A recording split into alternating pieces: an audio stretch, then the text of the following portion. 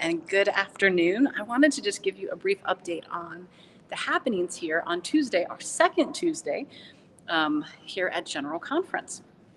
We are working through loads of petitions today. The first thing that we were reminded of as we started this morning is that our rules require that we process all of the petitions that have financial implications today by close of business. Presumably what that allows is for our General Counsel on Finance and Administration to process all of that and include all of that in their report, which will come to us on Friday. As changes to the budget need to go through GCFA as well as the connectional table. So that's what we knew that we needed to work on today. I'm having camera issues. I'm trying to find a quiet area. It is lunch break here at General Conference, and it is very hard to find quiet areas. And my camera is sliding. We also needed to continue to work through original petitions from the Standing Committee on Central Conferences, and we did that. Those have gone very slowly, but we did, I think, get through most of those. I think we have one more that we have yet to process. So we approved all of the A04, B04, C04 consent calendars. There were a few removed from the A consent calendar. Items can be removed as a reminder from consent calendar with 20 signatures. And so when things are printed in, when they're printed in the DCA, it'll show here are the newest things that are put forward. Here are the things that were pulled off of previous consent calendars. So persons have until 3 p.m. to do one of two things, either to pull an item off the consent calendar. So the consent calendar are items that were approved in committee, in legislative committee, and by a high enough margin that are neither constitutional nor have financial implications. Items that are constitutional or have financial implications, doesn't matter what the vote was in the committee, they cannot go onto the consent calendar. We've been approving a lot of things on the consent calendar. So for example, today we celebrated full communion with the Moravian Church during worship, and then on the consent calendar we approved full communion with the Episcopal Church in America. And our general secretary for the General Conference, made sure that we paused to celebrate that. That's been a long time coming. And my memory of the last time it came up was that the Episcopal Church didn't want to move forward with full communion because we needed to get our stuff figured out, especially around inclusion. So that's really exciting. Full communion allows clergy to be able to celebrate the sacraments in each other's churches. And there's just a number of ways that truly allows for us to live into our Catholic spirit, right? That Catholic meaning universal, as we have in our creed and as Wesley wrote about, this idea that we are all one in Christ Jesus. And so that's really exciting. But that's an example of how even significant things can end up on the consent calendar. There were some things that were pulled off of the A consent calendar. No things were pulled off of B or C. And then there were some things that were listed on consent calendar for today that shouldn't have been. Those were GCFA reports, and so those were misprinted. We also heard for the first time from the Committee on Correlation. They're the ones that look at our petitions and say, what you did here disagrees with what you did here. An example of that today were petitions 20573 and 20802 that deal with the same resolution, but had gone to separate legislative committees.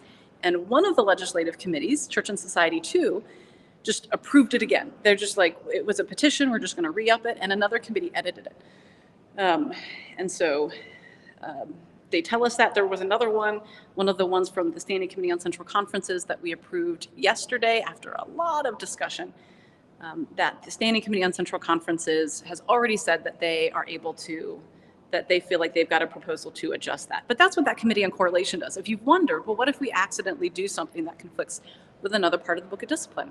And our Baltimore, Washington Conference own Reverend Maidstone Malenga is the secretary for that group. He's been doing that for a number of years, and that's a really great service to the General Conference.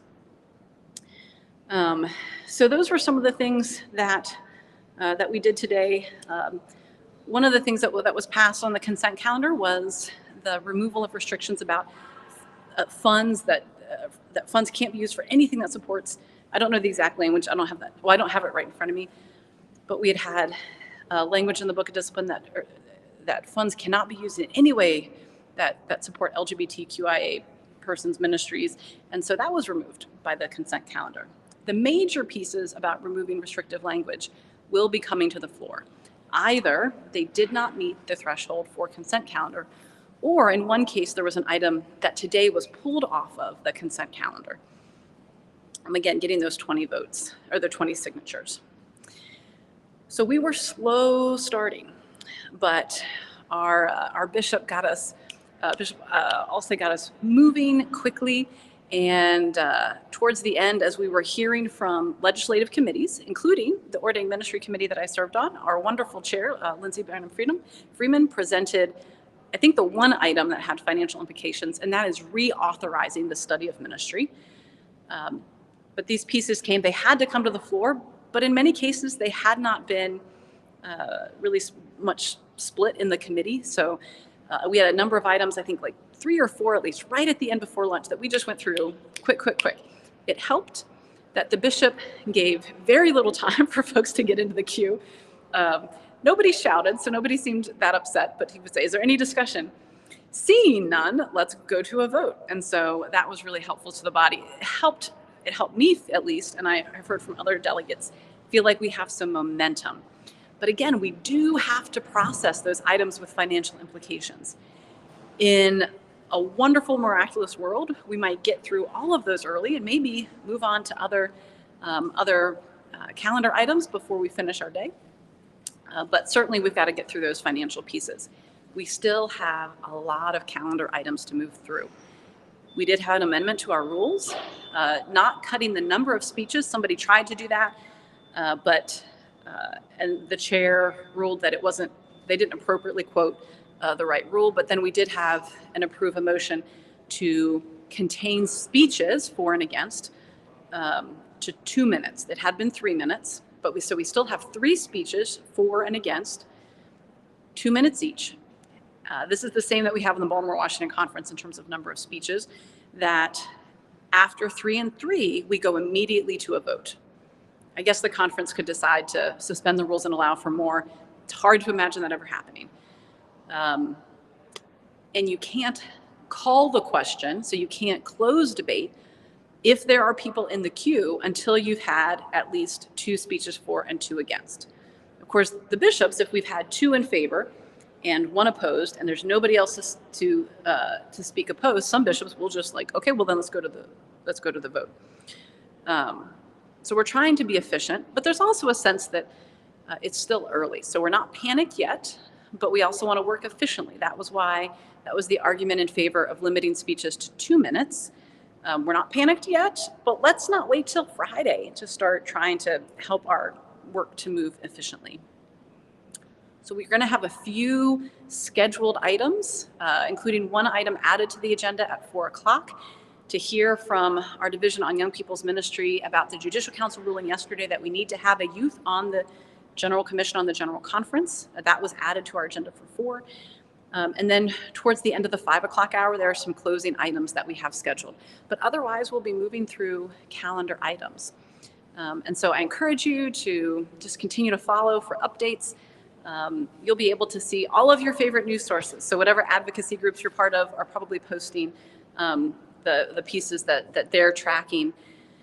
We have a lot of observers. We have folks who are handing out material. They have to do that outside the convention center. Things around divestment.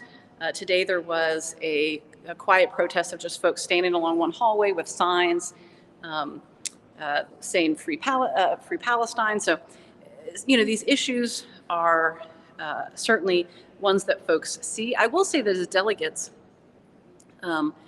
it's interesting this year because all of the delegates have meals provided. Now, some of them don't take advantage of that, but instead of getting per diems where they just give us money, which has been the case in the past and people go get meals, delegates have meals provided together.